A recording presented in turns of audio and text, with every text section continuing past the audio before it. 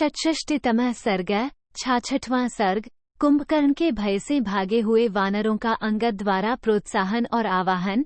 कुंभकर्ण द्वारा वानरों का संहार, पुनः वानर सेना का पलायन और अंगद का उसे समझा बुझाकर लौटाना। महाबली कुंभकर्ण पर्वत शिखर के समान ऊंचा और विशालकाय था। वह परकोटा लांघकर बड़ी तेजी के साथ नगर से बाहर निकला। बाहर आकर पर्वतों को कपाता और समुद्र को गौंजाता हुआ सा वो उच्च स्वर से गंभीर नाद करने लगा। उसकी वह गर्जना बिजली की कड़ककों भी मात कर रही थी। इंद्र, यम अथवा वरुण के द्वारा भी उसका वध होना असंभव था। उस भयानक नेत्र वाले निशाचर को आते देख सभी वानर भाग खड़े हुए।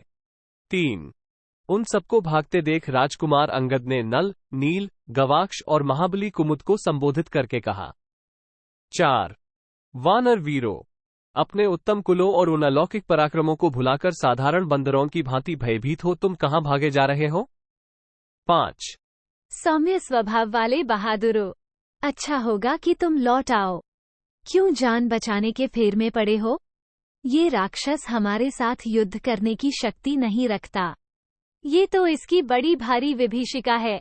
इसने माया से विशाल रूप धारण करके तुम्हें डराने के लिए व्यर्थ घटाटोप फैला रखा है। 6 अपने सामने उठी हुई राक्षसों की इस बड़ी भारी विभीषिका को हम अपने पराक्रम से नष्ट कर देंगे। अतः वानर वीरों, लौट आओ। 7 तब वानरों ने बड़ी कठिनाई से धैर्य धारण किया और जहां तहां से एकत्र हो हाथों में वृक्ष लेकर वे रणभूमि की ओर चले। 8 लौटने पर वे महाबली वानर मतवाले हाथियों की भांति अत्यंत क्रोध और रोष से भर गए और कुंभकर्ण के ऊपर ऊंचे ऊंचे पर्वतीय शिखरों, शिलाओं तथा खिले हुए वृक्षों से प्रहार करने लगे। उनकी मार खाकर भी कुंभकर्ण विचलित नहीं होता था। 9-10 उसके अंगों पर गिरी हुई बहुतेरी शिलाएं चूर चूर हो जाती थीं और वे खिले हुए वृक्ष भी उसके शरीर से टकराते ही टूक टूक होकर पृथ्वी पर गिर पड़ते थे। 11 उधर क्रोध से भरा हुआ कुंभकर्ण भी अत्यंत सावधान हो महाबली वानरों की सेनाओं को उसी प्रकार रौंदने लगा जैसे बड़ा हुआ दावानल बड़े बड़े जंगलों को जलाकर भस्म कर देता है। 12 बहुत से श्रेष्ठ वानर खून से लथपथ हो धरती पर सो गए। जिन्हें उठाकर उसने ऊपर फेंक दिया वे लाल फूलों से लदे हुए वृक्षों की भांति पृथ्वी पर गिर पड़े। 13 वानर ऊंची नीची भूमि को लांघते हुए जोर जोर से भागने लगे।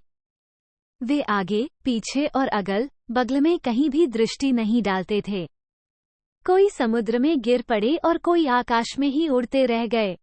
14 उस राक्षस ने खेल में ही जिन्हें मारा वे वीर वानर जिस मार्ग से समुद्र पार करके लंका में आए थे उसी मार्ग से भागने लगे।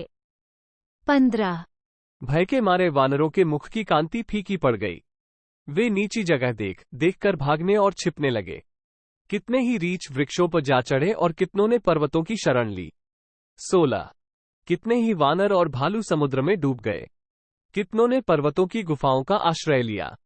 कोई गिरे, कोई एक स्थान पर खड़े न रह सके इसलिए भागे। कुछ धराशायी हो गए और कोई मुर्दों के समान सांस रोककर पड़ गए। 17 उन वानरों को भागते देख अंगद ने इस प्रकार कहा, वानर वीरों, ठहरो, लौट आओ, हम सब मिलकर युद्ध करेंगे।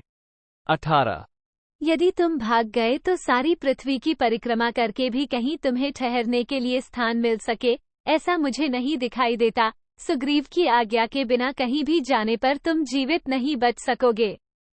इसलिए सब लोग लौट आओ। क्यों अपने ही प्राण बचाने की फिक्र में पड़े हो? 19 तुम्हारे वेग और पराक्रम को कोई रोकने वाला नहीं है। यदि तुम हथियार डालकर भाग जाओगे तो तुम्हारी स्त्रियां ही तुम लोगों का उपहास करेंगी और वो उपहास जीवित रहने पर भी तुम्हारे लिए मृत्यु के समान दुखदायी होगा। 20 तुम सब लोग महान और बहुत दूर तक फैले हुए श्रेष्ठ कुल में उत्पन्न हुए हो।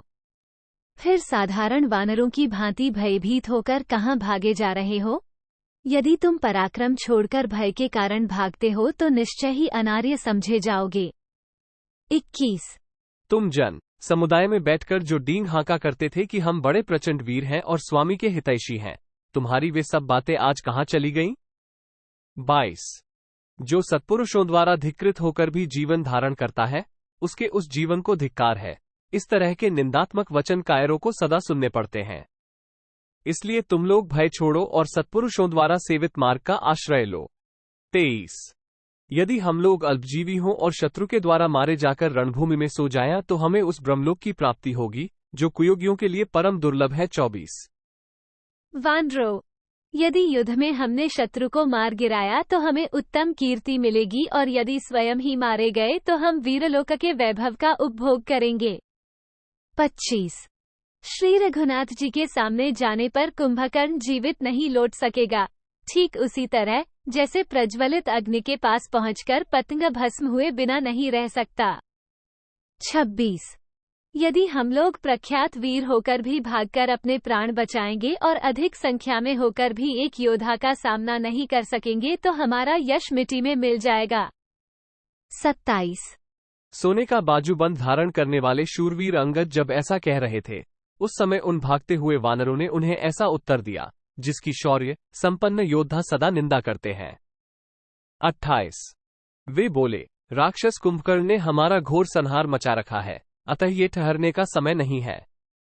हम जा रहे हैं क्योंकि हमें अपनी जान प्यारी है। 29। इतनी बात कहकर भयानक नेत्र वाले भीषण कुंभकर्ण को आते देख उन सब वानर यूथपतियों ने विभिन्न दिशाओं की शरण ली।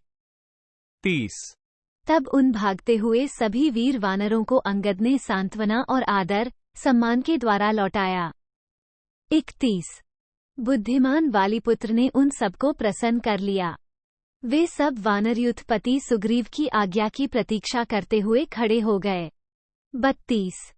तदनंतर ऋषभ, शरभ, मैंद, धूम्र, नील, कुमुद, सुषेण, गवाक्ष, रंभ, तार, द्विविद, पनस और वायुपुत्र हनुमान आदि श्रेष्ठ वानर वीर तुरंत ही कुंभकर्ण का सामना करने के लिए रणक्षेत्र की ओर बढ़े।